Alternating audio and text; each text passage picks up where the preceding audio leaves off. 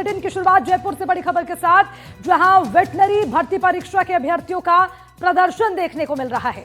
ये बड़ी खबर आपको बता रहे हैं, वेटनरी के भर्ती परीक्षा के लिए अभ्यर्थी प्रदर्शन पर आ गए हैं।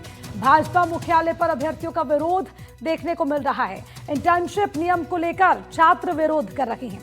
इंटर्नशिप करने वाले छात्रों को पात्र नहीं माना जाएगा। ये बड़ी जानकारी, जिसमें 19 अप्रैल को परीक्षा की तिथि निर्धारित है और इस परीक्षा से पहले पूरी करनी होगी इंटर्नशिप। राजस्थान लोक सेवा आयोग ने ये नियम बनाया है। अभ्यर्थियों ने खुद को एबीवीपी के कार्यकर्ता भी बताया। 1100 पदों के लिए भर्ती परीक्षा का आयोजन। अब राजस्थान लोक सेवा आयोग की ओर से वेटनरी ऑफिसर की भर्ती परीक्षा को लेकर प्रदर्शन किया जा रहा है। राजस्थान में वेटनरी ऑफिसर भर्ती परीक्षा से जुड़े अभ्यर्थी भारतीय जनता पार्टी कार्यालय के सामने प्रदर्शन करने आए हैं। इन अभ्यर्थियों की मांग है कि 19 अप्रैल को जो भर्ती परीक्षा आयोजित की जा रही है, उसमें आरपीएससी की ओर से नियम दिया गया है कि 19 अप्रैल तक आपकी इंटर्नशिप पूरी हो जानी चाहिए। लेकिन कोरोना के कारण इनके विश्वविद्यालय में जो इंटर्नशिप का कार्य है वो डिले चल रहा है और इसके कारण इसका खामियाजा इन अभ्यर्थियों को भुगतना पड़ेगा। क्या नाम है आपका? मेरा सर डॉक्टर युद्धवीर सिंह नाम है जी। क्या मांग है आप लोगों की? हमारी सर मांग ये है कि हमारी कोई यानी गलती नहीं थी, वो हमारी यानी विश्वविद्यालय की गलती थी। तो हमारी डिमांड है कि भाई जो 19 अप्रैल को जो एग्ज़ाम है उसको 2 से 4 महीने पोस्टपोन किया जाए और उसको अगस्त के बाद में किया जाए। ये हमारे एनिमल हस्बेंड्री से ऑलरेडी आरपीएससी को भेज दिया गया है कि इस एग्ज़ाम को 3 से 4 महीने पोस्टपोन किया जाए। और उसके बाद में एक लेटर हमारे यहाँ से सीएमओ से भी भेज दिया है कि आप इस एग्जाम को 3 से 4 महीने इन अभ्यर्थियों के हितों को देखते हुए। ये बताइए कि सीएमओ से लेटर आ चुका है, आपके डिपार्टमेंट से लेटर जा चुका है, आप बता रहे हैं एबीपी के कार्यकर्ता भी आप लोग हैं, उसके बावजूद भी कोई सुनवाई नहीं है? नहीं सर, उसके बाद में आरपीएससी मान नहीं है। आरपीएससी यानी कि राज्य सरकार के लेटर का कोई रिप्लाई नहीं दे रही है। कितने साल का ये कोर्स होता है, इसमें इंटर्नशिप के लिए क्या प्रोविजंस रहते हैं? सर ये 5.5 ईयर्स का कोर्स होता है कंप्लीट, जिसके अंदर 4.5 साल का एकेडमिक सेशन रहता है और 1 साल की इंटर्नशिप रहती है। जी। आपका ये कोर्स का सेशन कब शुरू हुआ था? सर हमारा 2020 बैच है, तो 2020 में ये शुरू हुआ था। या वो कोरोना की वजह से कुछ महीने डिले हो गया, जिसकी वजह से अभी हमें प्रॉब्लम हो रही है। अभ्यर्थियों का कहना है कि हम संगठन में काफ़ी लोगों से मिल चुके हैं, एबीपी से हम खुद जुड़े हुए हैं, उसके बावजूद हमारी सुनवाई नहीं हो रही है। मंत्री जी जो है डिपार्टमेंट से लेटर लिखवा चुके हैं, इसके अलावा सीएमओ से लेटर जा चुका है, लेकिन इसके बावजूद आरपीएससी अभी तक इस पूरे मामले में कोई संज्ञान नहीं ले रहा है। आरपीएससी की ओर से अभी तक इस पूरे मामले में इनको कोई रियायत नहीं दी गई है। कैमरा निर्मल शर्मा के साथ विश्वास शर्मा, एनडीटीवी। अब बड़ी खबर चित्तौड़गढ़ से है। सहकारिता मंत्री गौतम दत्त का बड़ा बयान सामने आया है, जिसमें उन्होंने एनडीटीवी से बात करते हुए कहा कि जो खराब हुई फसल है उसकी जल्द गिरदावरी होगी। गिरदावरी के बाद मुआवजा देने की बात भी कही जा रही है। उन्होंने कहा है कि मुआवजा भी दिया जाएगा और उसी के साथ बारिश और ओलावृष्टि से फसलें खराब हुई हैं, इसकी जानकारी भी साझा की। और इसी खबर पर ज्यादा जानकारी के साथ फोन लाइन पर हमारे संवाददाता सलमान हमारे साथ जुड़ गए हैं। सलमान, देखिए, मुआवजे की भी बात की जा रही है, गिरदावरी का भी दावा किया जा रहा है। कितनी फसलों को नुकसान पहुंचा है और कब तक ये प्रोसेस शुरू हो जाएगा? देखिए, अभी थोड़ी देर पहले हमारे जो सहकारिता मंत्री है गौतम दत्त, उनसे बात हुई थी एनडीटीवी की, तो उन्होंने कहा था कि जल्दी जो है शीघ्र गिरदावरी हम शुरू करेंगे, क्योंकि लगातार 2 दिन के से जो है यहाँ राजस्थान के इलाके हैं, वहां पर बारिश हो रही है, ओलावृष्टि भी हुई है, तो कई लोगों की फसलें खराब हुई है। अब जब उनसे कहा गया, उन्होंने कहा है कि इस बारे में जो है जल्दी गिरदावरी करेंगे और किसानों को जो है सरकार मुआवजा देगी। ठीक है सलमान, शुक्रिया इस खबर पर तमाम जानकारी के लिए।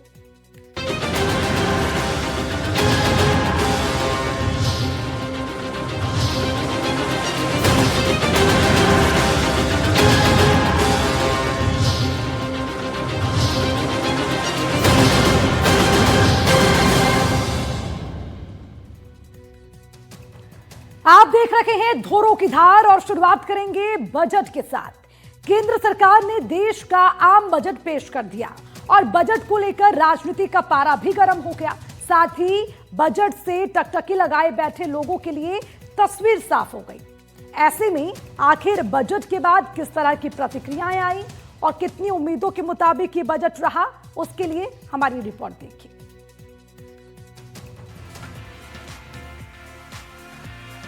मोदी सरकार का एक और बजट पेश हो गया है। बजट में हर वर्ग को साधने की कोशिश की गई। बावजूद इसके किसी के लिए बजट खुशियां लेकर आया तो किसी का हाथ खाली रह गया। वहीं हर बार की तरह केंद्रीय बजट आने के बाद सियासत का पारा भी गर्मा गया है। हर कोई अपने अपने तरीके से बजट की खूबियां और खामियां गिना रहा है। राजस्थान में भी सियासी पारा चढ़ा हुआ है।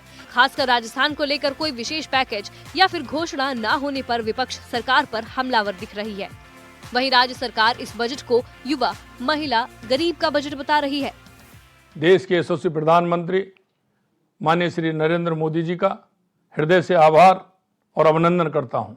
कर्तव्य भवन में तैयार किया गया ये पहला बजट तेज आर्थिक विकास, लोगों की आशाओं और आकांक्षाओं पर खरा उतरने और सबका साथ सबका विकास के 3 कर्तव्यों को समर्पित रहा है। सही मायने में यह बजट युवा, महिला, किसान, वंचित, गरीब और आम आदमी का बजट है।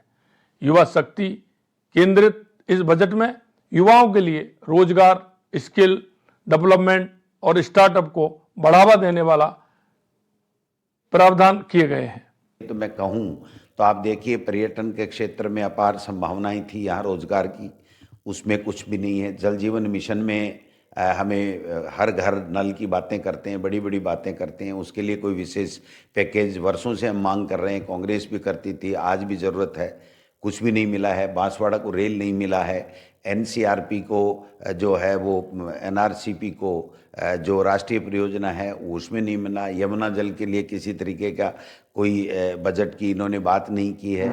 तो मैं समझता हूँ कि जो शेयर मार्केट है वो धड़ाम से गिरा है, इससे व्यापारी वर्ग भी बहुत दुखी है। छोटे व्यापारी जो अपने शेयर मार्केट में निवेश करते थे तो उनको भी बहुत निराशा लगी है। देखिए, बजट निराशाजनक रहा। बहुत बड़ी उम्मीद देश के नौजवानों को थी, किसानों को थी, और दुर्भाग्य से राजस्थान जैसे प्रांत का तो नाम ही नहीं लिया, जहां भारतीय जनता पार्टी को लगातार 25-25 सांसद, इस बार भी 15 से ज्यादा एमपी, 14-15 एमपी राजस्थान से दिए। यहाँ जो 7 special high speed corridor rail के बना रहे हैं, उसके अंदर दुर्भाग्य देखिए रेल मंत्री भी राजस्थान से और रेल राज्य मंत्री भी राज्यसभा का कोटा राजस्थान से खा रहे हैं, फिर भी राजस्थान का कहीं जिक्र नहीं हुआ।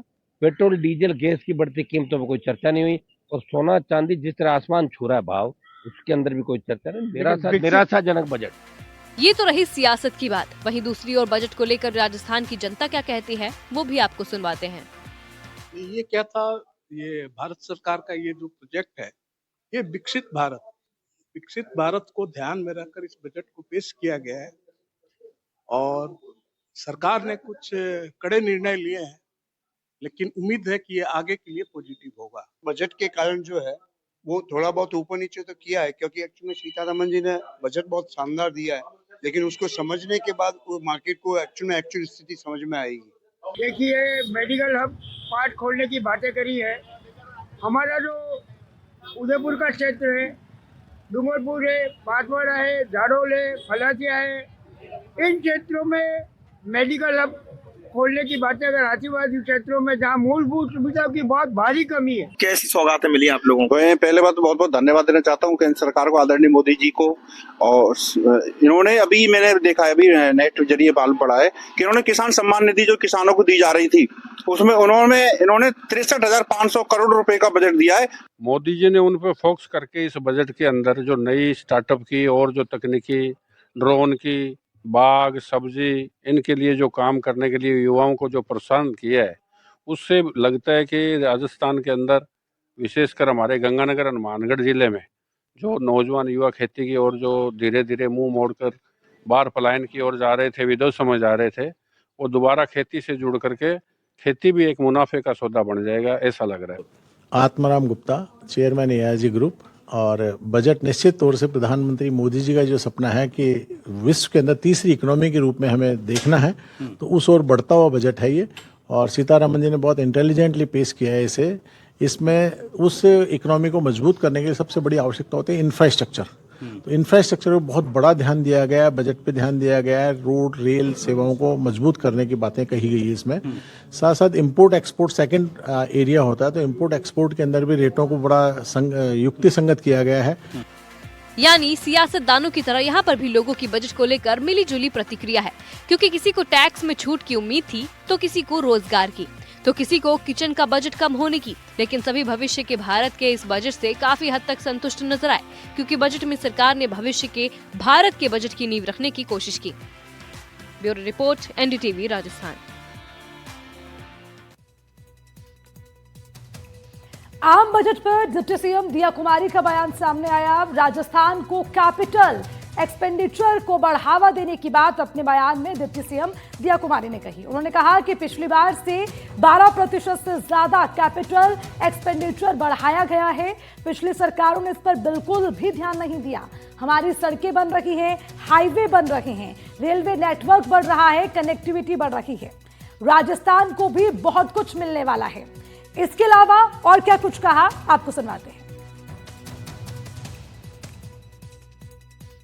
हर जिले में बालिका छात्रावास के निर्माण की घोषणा एक ऐतिहासिक कदम है।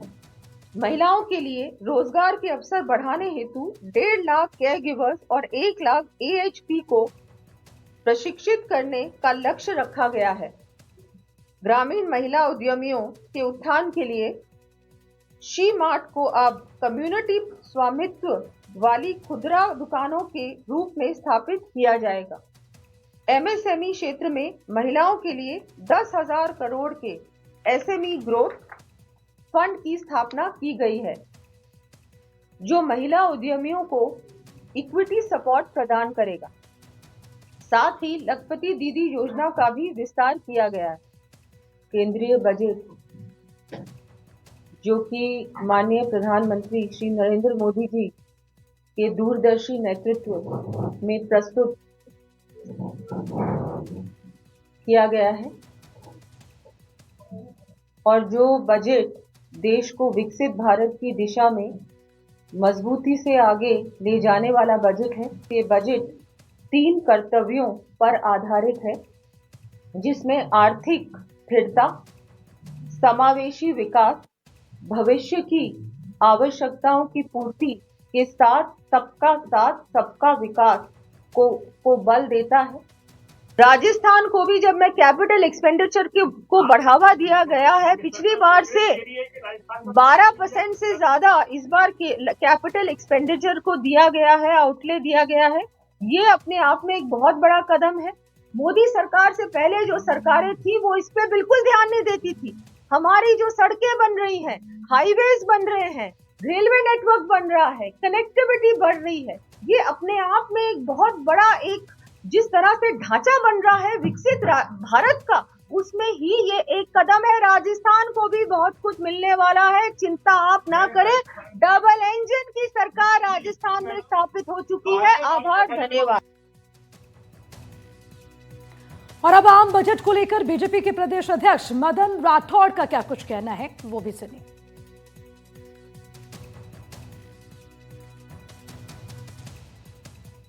वास्तव में टैक्स देने वाले पहले थे 1%, अभी हो गए 8%।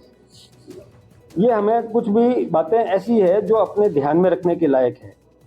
पहले 2000 जब कांग्रेस का शासन था तो प्रति व्यक्ति आय थी 23,203 रुपया, और अभी 2024-25 में हुई है 2,05,324 रुपये।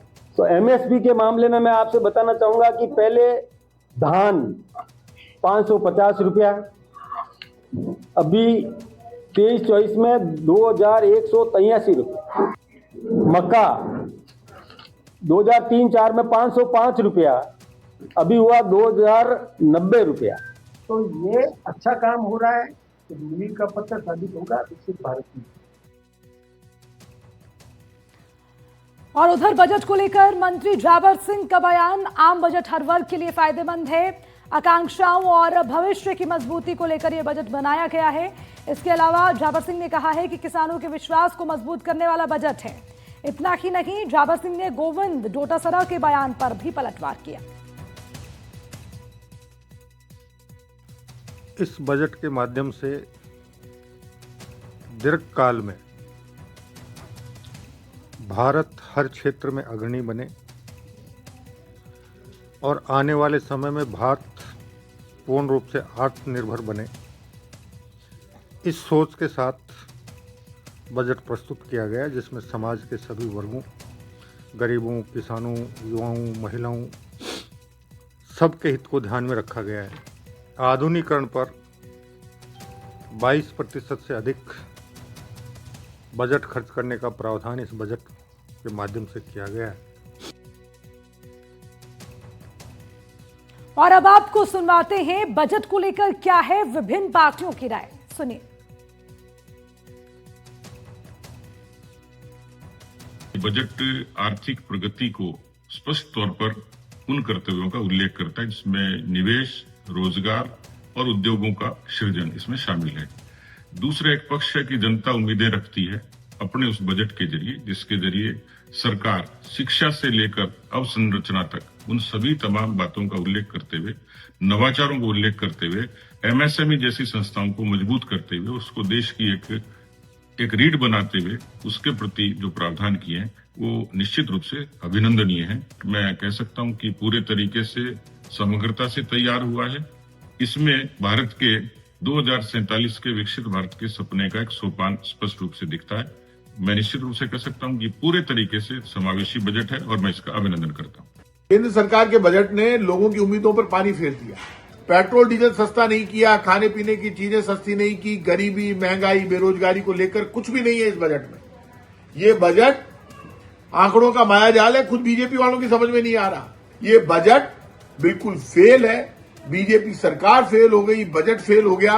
और अब तो मैं कहता हूं केंद्र की भाजपा सरकार की आत्मा मर चुकी है।